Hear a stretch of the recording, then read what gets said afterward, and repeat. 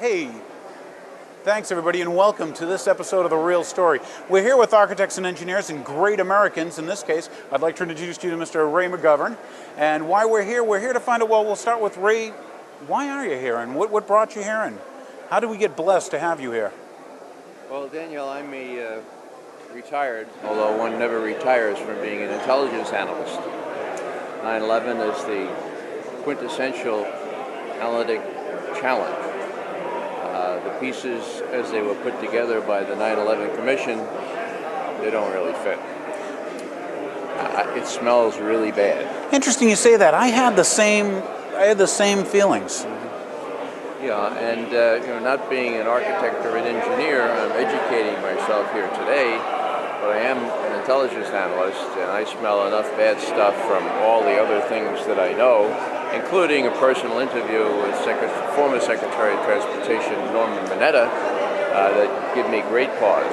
And I guess my bottom line is that those who are pursuing the answers to these questions, for others to call them conspiracy theorists, or worse still, terrorists, that's unconscionable.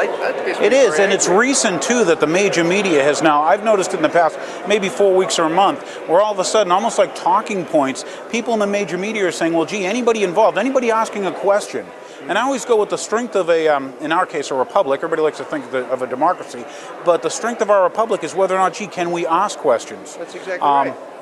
I got to tell you my thing, and then I'll ask you what got you going. And you actually, just so the viewers know, you actually provided the intelligence briefings to our presidents at some point. I did, yeah. I worked on what they call the President's Daily Brief, the acme of our intelligence process, and I used to brief those one-on-one for 4 years.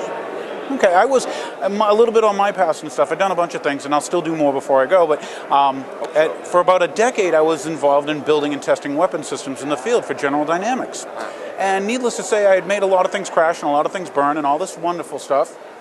But when the events happened that day, what really bothered me, first off, my viewers already heard my story on it, but what I was going to say is, looking at the Pentagon and all that, I knew from creating crash sites, from crashing planes, I knew how to go through a debris field, okay? We did our own forensics to find out if the equipment worked and did everything it was, so I knew something wasn't right. When I look at these people, when I say look at these people, I came here and I brought the Sharon viewers here so that they could understand that, asking questions is it's not a bad thing, it's an excellent thing, it's things that you should do. I always end my shows asking for, are there any real men in the audience? And for those real men to stand up, because there comes a time in the history of most all societies where you have to do something. But that was me getting windy. I apologize, Ray. No, let me just make a comment there. You include women in these men, I hope. Yes, I do. Because it's been my experience that it's the women that have all the courage, the guts to lead these movements. Cindy Sheehan, for example, Rachel Corrie, whose name I wear on my wrist, and others who have been inspirational to me. Let me say another word about the questions. The reason I get so angry with people who say don't ask the question, besides being Irish, is because the answers are there. The reason there are so many unanswered questions is because our government won't answer the questions. It's that simple. And so I can't understand, except I do understand, unfortunately, how the corporate-owned media has persuaded our populace to believe that, we have the answers, we have this 571-page report and all that kind of stuff. So I think that there is such a thing as the virtue of anger, as Thomas Aquinas said, and that those of us who aren't angry with this should examine our consciences, because there are times that call for anger directed at finding out the truth, and the truth can be a very dangerous thing, as we all know. That the scripture says, you shall know the truth, and the truth shall set you free. Now, what does that mean? That means that if we find out the truth about 9/11, that could be a very dangerous reality, because that would prevent those who would have us not quite free, to answer this, to pose these questions, and not quite free to even have a website without having it called. I noticed that. Not only did I notice them calling, and that's why I say media talking points. The one thing I found interesting, maybe a week or so ago, I listened to Once We'll Go with a Great Woman. When I say great woman, I didn't know much about her, but I got to listen to her for about 20 minutes. Naomi Wolf, and I liked what she said and her research and the way she brought it forth so much that I actually, grabbed it, captured it, made a track on an audio CD, and then I went out on the web and I found her giving maybe a 40-minute talk, and I thought that was so powerful, so good, that I made that track 1 and made the other one track 2, and I've been trying to present these to people until they tell me I'm doing the wrong thing in providing people information that Naomi has found. You're right about the great women thing. They always say, behind a great man, beside a great man, or whatever. Wow. Well, I learned something just the other day. It's kind of relevant because we have Martin Luther King's birthday coming up. His great speech, I Have a Dream. Yeah. If you look at that speech, you'll see that he started out very darkly, explaining what had happened to his people and how there was very, very little reason for hope of any success soon. And you know what happened? Mahalia Jackson was sitting right behind him. And she shouted, "Martin, tell him about the dream." Okay, yeah. And she had to do it twice, but you can hear it audibly. "Tell them about the dream, Martin." And he told us about the dream, and it was his most famous speech, of course. So behind alongside every fighter for truth, like these folks we have up here today, these engineers and architects, are people like Cindy Sheehan, people like Rachel Curry, people like Mahalia Jackson, and like down the list, the Code Pink people, have more guts than anybody else. Exactly, so and shows the kind of guts they have. Yeah. It's when you would mention Martin Luther King and stuff. I grew up here in this general area, right around Sharon, where the television shows. But knowing he was an important man, knowing that he did good things, but it wasn't until I was older, when I say older, probably 45 or so, that I actually listened to and downloaded every one of his speeches. And at one point, it was my daughter who motivated me to get off my derriere. She's like, "Dad, I'm glad you told me this stuff, but what are you doing about it?" Okay, now this is a college student, and she's smart, she's a smart kid. But after that, anyway, listening to Martin Luther King, the one that really impressed me was, and I believe it was the night before he was assassinated, was he was speaking about how now is not the time to be silent. Mm-hmm. He was speaking against the war, saying, hey, it's not what they're selling you, it's not, what they're telling you and stuff, and now's not the time to be quiet and complacent about it and just go along and don't make ripples. He said there's a time when you have to say something, excuse me, I'm lips, but there's a time when you have to stand up. Exactly right. When he wrote that famous letter from the Birmingham City Jail, it's a masterpiece of American literature. I recommend it to everyone. Now we got to get it, or what he said was, it's not so terrible that we have people who wish us ill. What I really resent is the silence of the good people. The ministers and rabbis to whom he was directing this letter. He said, that's the key. It's the abnegation of responsibility. It's the silence of people amid injustice, which Thomas Aquinas and others condemned. They spoke of the virtue of anger, and I think we all need to be more virtuous in this respect and not succumb to what Aquinas called unreasoned patience. And he defined that as, you can imagine what that's like. Look at Germany in the 30s. Yeah.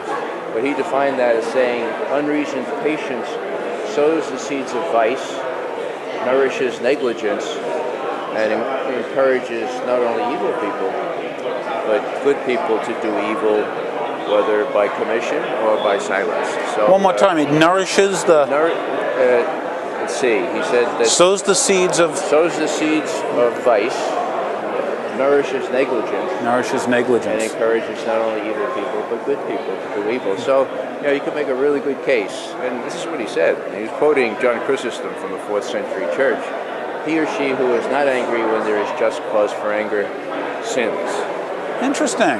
Yeah, because he said, anger respicit the bonum justitiae. Anger looks to the good of justice, and if you can live amid injustice without anger, you are unjust. Now, I came here, I wrote 3 questions for you, and of course they're left in the car, and I'm working on my mind. One of them was for your contemporaries, what was CIA and stuff, right? If you could, give us an image. If we just closed our eyes and we had no video, what was it like? What were they like? Do you notice a difference in when I say difference in the people that know, people that don't know, people that talk, people that are afraid? I mean, you, once again, extremely courageous, whereas others and stuff will, I don't know if they won't say, they won't do, or maybe it's just compartmentalized where they don't know. Well, but what did you notice when you were there? What's interesting is that we're talking about truth here, and you shall know the truth, and the truth shall set you free.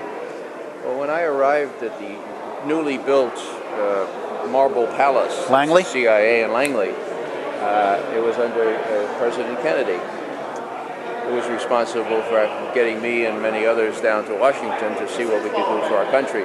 Wow.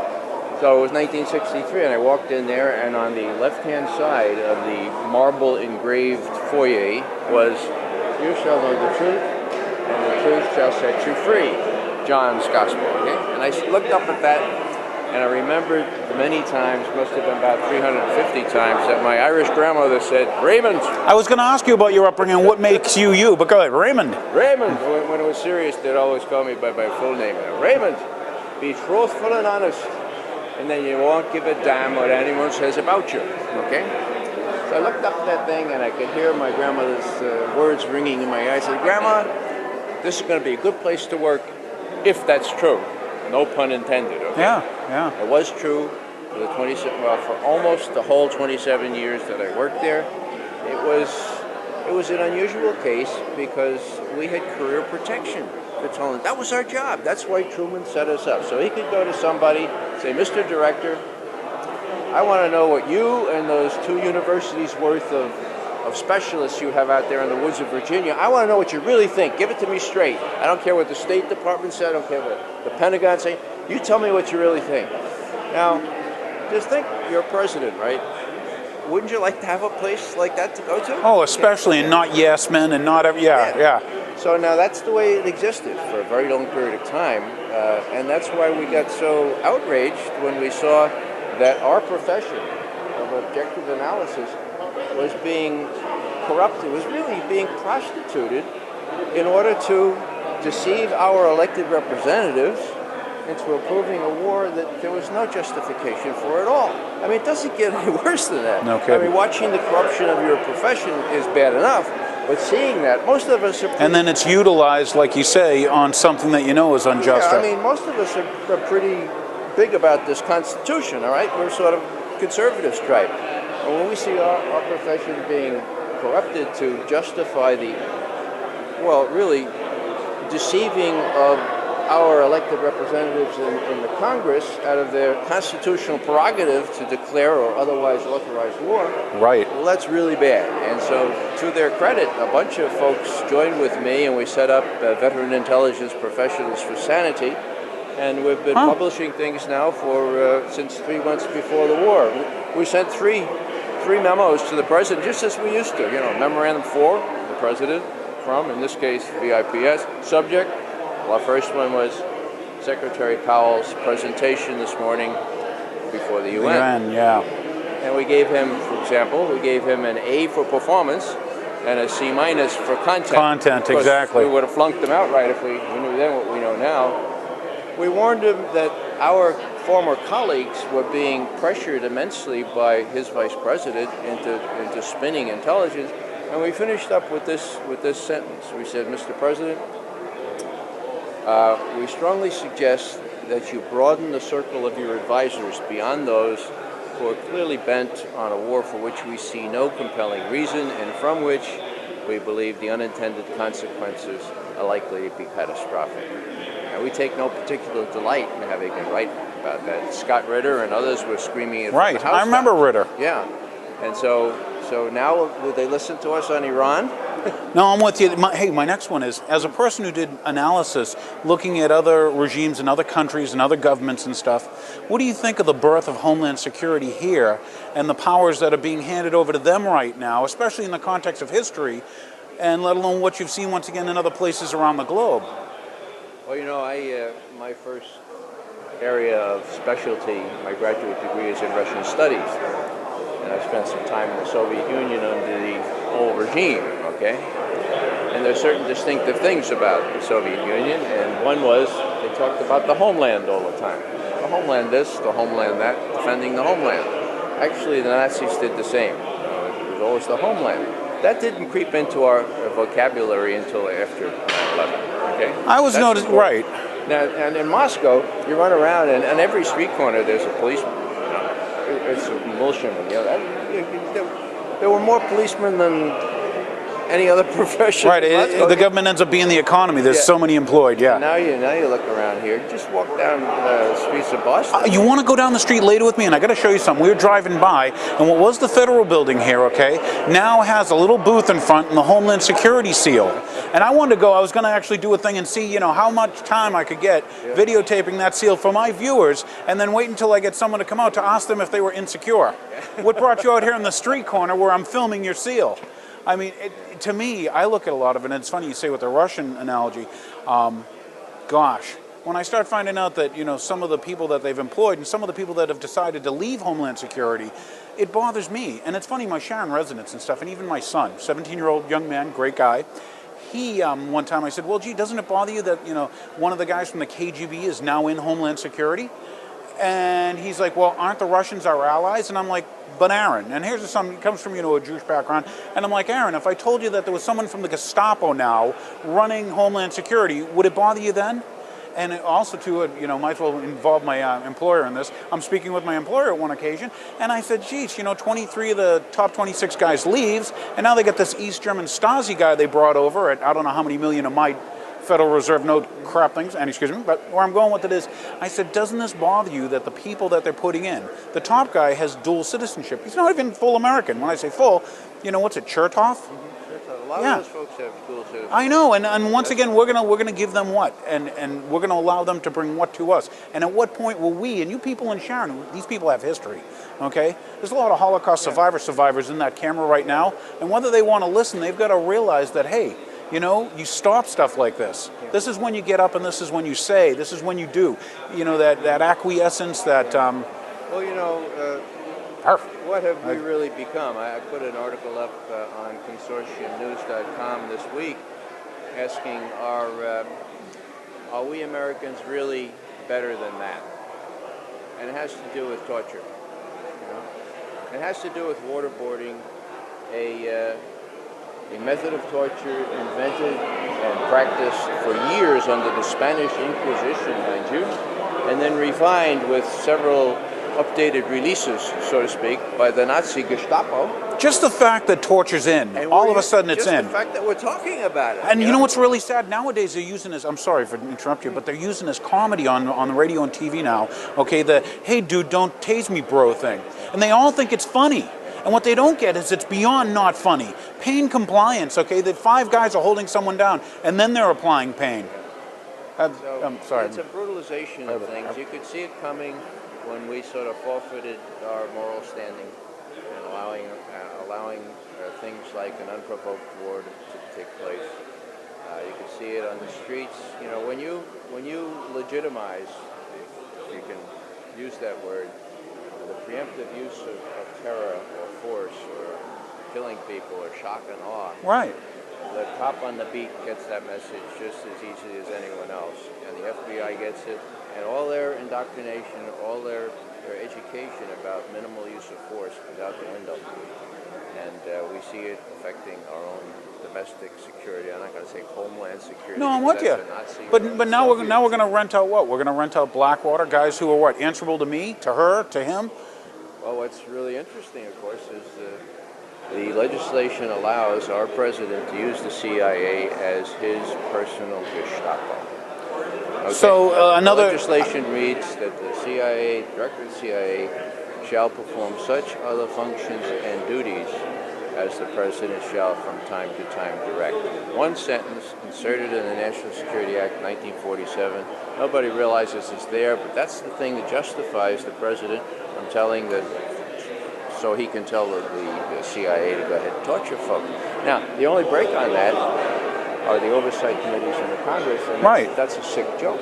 I agree with you. Congress has become very, very clear lately because the top Democrats were also briefed on torture, on eavesdropping, all illegal on their face, okay? Right? Internationally and nationally, and of course, when you go into that room, as Nancy Pelosi says, or even Dick Durbin, a good guy. You go into that room, you realize that when you come out of that room, you can't say anything to anybody, not even your colleagues in the Senate Intelligence Committee. Well, what kind of oversight is that? I mean, that's a joke. I know. It's a joke. And yet they have... It's just another good old boys network. Well, they have the congressional guys buffaloed into thinking that their oath to protect and defend the Constitution of the United States has to take a back seat to a little promise that they write on a piece of paper. If we tell you about this sensitive operation, you're not allowed to tell anybody. Well, which one should preempt the other? It seems to me that when I was an officer in the United States Army, I took a solemn oath to protect and defend the Constitution of the United States against all enemies, foreign and domestic. There's no expiration date on that oath, okay? That's why I wouldn't leave Congressman Pioneer's office when I was trying to persuade him that, as he acknowledged, number one, starting a war on forged intelligence, a war that need not be, and a war of aggression under the terms of Nuremberg, is a high crime. He said, oh, yeah, that's a high crime. I said, well, he said, well, yes, but there's so many high crimes in this town. If I went around impeaching everyone for high crime, my staff wouldn't have any time to do anything else. But I'd sleep good at night and have done something right. You know what gets me is, here I am in the home of the Patriots football team. Yeah. A couple weeks ago, maybe a couple months ago, they get caught, videotaping the other team or whatever, cheating. Okay? And the fans here were more concerned with, well, everybody else does it, than the fact that, hey, they're cheating. That's where you say back to like the moral thing of going way back to the bottom. Once it's okay here, well, then it's okay there. Then it's okay there. And like you say, once it's okay to torture him, whether he's got a collar or not, I'm a lawyer, be careful. Well, they may torture you more than anybody else. I mean, don't go shooting with Cheney. Just kidding, Open season. the problem as I see it is in large measure a lack of moral leadership. Now, we have an openly espoused new American policy of alternative methods of interrogation. Pressure. Okay? Now, it's torture by any standard. Now, who's supposed to speak from a moral standpoint for our country? What are the institutional churches saying? Hello? Yeah. Zippo. And that's exactly what happened in Nazi Germany. What Hitler did was co-opt the churches. Matter of fact, one of the first things he did was to make sure that there was a pastor in every one of the parishes, whether it was Catholic or Lutheran. He wanted a pastor. Why? Because he thought, and sadly this was true, that would be a force of stability in support of his regime. Now you're back to FEMA hiring those 13,000 or paying those, religious people to, hey, get your flock to quiet down, get them to move like a flock. We're going to move them over there to put them in that pen and tell them we'll sort it out when it's over. Yeah, that's one part. That's another the game. The other part is that there are religious leaders in this country that know better, whether they're in the synagogues You would think. or whether You would think. Exactly. And yet they can't find their voice. And that's what happened in Germany. Bonhoeffer, a couple of others found their voice. Of course, they paid a heavy price for it. But what's the... I don't think the lead bishop... I don't think bishop or archbishop or cardinal or whatever his name here is in Boston. I don't think if he gets up on a Sunday and he says, and he has all his pastors say, torture is really wrong, folks. It's in the same moral category as rape, slavery. All was intrinsically wrong. Make sure you make that known to your representatives and senators.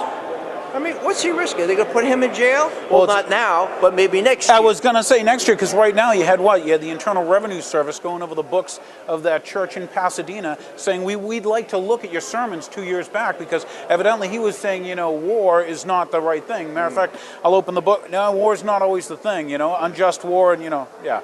Well, now all of a sudden the Internal Revenue Service is involved in religion. Yeah. I thought that was interesting all by itself. Well, there's this wonderful bumper sticker that says, I think what Jesus may have meant by loving your enemies is not to kill them. Hello? That's a good, yeah.